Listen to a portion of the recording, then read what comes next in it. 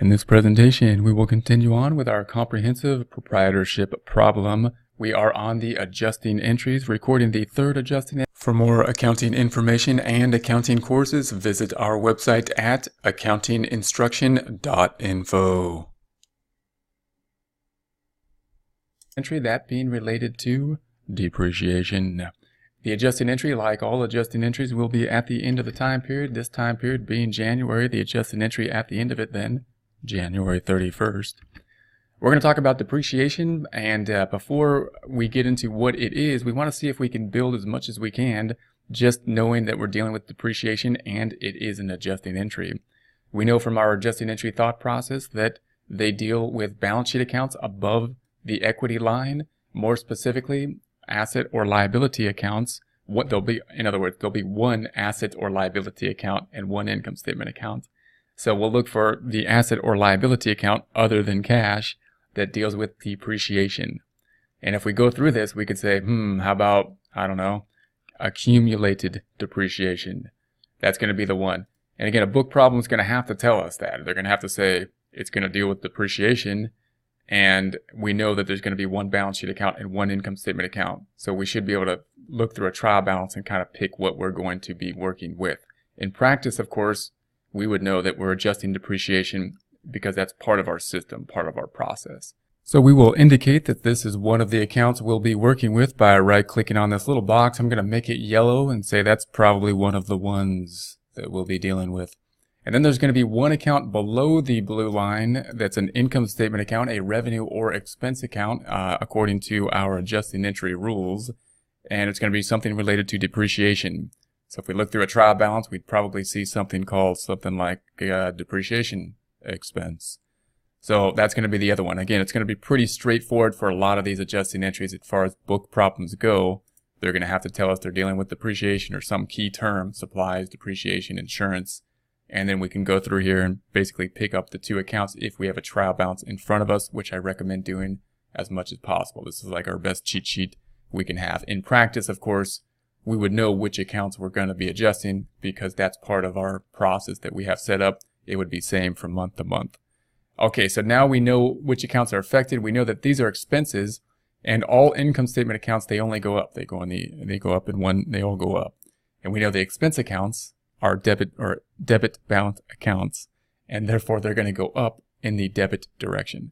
So we know that we're going to debit this. So even without knowing, what it is, even we could say I'm going to debit this. We will talk about what it is in a second, but we're going to debit this. We're building as much as we can just by knowing we're dealing with depreciation and it's an adjusting entry.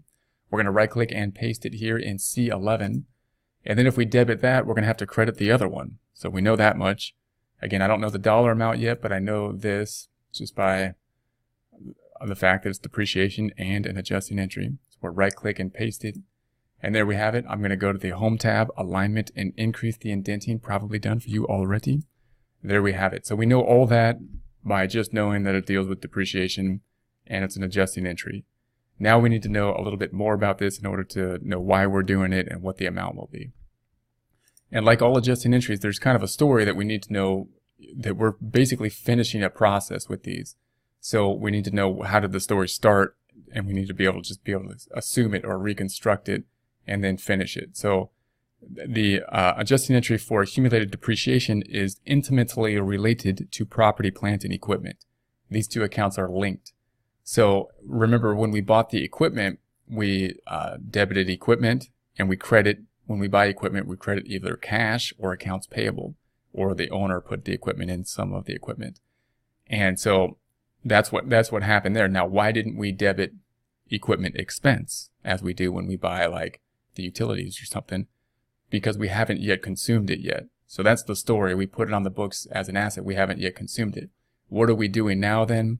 We're trying to figure out, just like we did with supplies, how much of it has been consumed and therefore how much should be expensed at this point in time. Unlike supplies, however, we don't know a physical count. I can't count it and say, well, there's this much left worth of supplies, because if it's one forklift, there's still one forklift. And so we can't count it and come to determine that. So rather than keep this account and record the decrease here in equipment, we make up this new account, which is kind of confusing, and this becomes our first kind of contra account, other than draws. It's kind of like a contra, but this is our first contra account. It's a contra asset account, and the way contra accounts come about is really because they're dependent on some other account. Really, this account, we kind of broke out a piece of it. We said, this is the debit side. We're going to break out the credit side and turn the T into more like a 7 and like an R or something like that. And the credit side's going to be down here. Why would we do that? Because we can tell our reader more information this way. We can say, hey, this is what we bought the equipment for. We're going to record the decrease, the credit side, the amount that we think it went down by in terms of value, in a separate account, telling you, hey, look, this is an estimate. And you can see how much it went down by, how much we bought it for. And if you want to subtract the two, the debit minus the credit, that'll tell you what the book value is that we believe it should be. So that's what the accumulated depreciation is. It's really the decrease in value of property, plant, and equipment. How do we calculate it? That's a topic for another time to get into a lot of detail, because we could do a lot of different ways to calculate it. We're going to use a very simplified, the straight line method here, the most common method, the one that all other methods are really derived from typically, and we'll do a calculation just to get an idea. But note that depreciation could have different methods, and depreciation could have multiple pieces of equipment here. So there could be multiple pieces of equipment that we would have to depreciate using different methods. So we would need a whole nother kind of worksheet to figure out exactly what the depreciation expense would be on a periodic method, on a periodic basis. Okay, so here we go. We're going to say the depreciation on 5-year, should be 5-year equipment. So it's going to be 5-year equipment here. So what we're going to assume is that we bought this at the beginning of the month. Again, that's an assumption just to give us a quick calculation and idea of how this would work. So we're going to say 60,000. If it's 5-year equipment, I'm going to divide it by 5. That means it would go down by 12,000 each year for 5 years.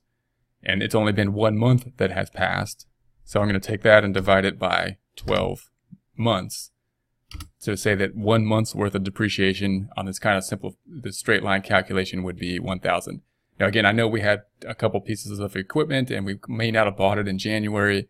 We may use different methods, whatnot. This is just going to be a quick calculation. We can talk about depreciation methods for a long time and another time. So this will be, and a lot of times when you're just introduced to depreciation in the adjusting entries, then they'll just give you the number. And if they give you the number, then the journal entry will always be the same. In practice, we're going to have to go through a fairly complex worksheet if we have a lot of equipment to determine depreciation expense, and it could differ from taxes to book depreciation and whatnot. So in any case, we're going to say, do this one more time. In D11 equals, we're going to say the 60,000 divided by 5 years and then divided by 12 months. That'll give us the 1,000. Debit and the credit will remain the same, so I'm going to put a negative of that number in the credit side, and there we have it. Let's post this out and see if it does what we think it should do. What do we think it should do? Well, this accumulated depreciation should go up in the credit direction, which is unusual because it's a green account, which typically these are assets that have debit balance typically, and that's why it's called a contra asset account. And that'll show how much we think it went down by. The debit minus the credit then will be the book value. We think that the expense should go up by 1,000, which will bring net income down. So here's the expense. We're going to record that here in cell I-21, where we say equals, point to the 1,000, bring the zero balance up by 1,000 to 1,000 will bring us out of balance and net income down. So there we have it. 1,000 out of balance by 1,000, net income went down by 1,000. So, and you can think of this, notice that this depreciation is related to equipment. So we could even call it depreciation expense equipment. Or, I mean, this is kind of, you can think of it as kind of equipment expense. It's the allocation of the cost of equipment. And then up top, we've got accumulated depreciation here. We're going to have it here in I-11, where we say equals, point to that 1,000, bring the zero balance up by 1,000 to 1,000. So now we can say we tell our reader more than if we just brought equipment down to 59,000, we wouldn't tell our reader as much. They would just know the book value. Now we can tell our reader, hey, this is what we bought it for. This is how much we think it went down in value by. If you take the debit minus the credit, the $59,000 represents what we think the current book value of that equipment is. For more accounting information and accounting courses, visit our website at accountinginstruction.info.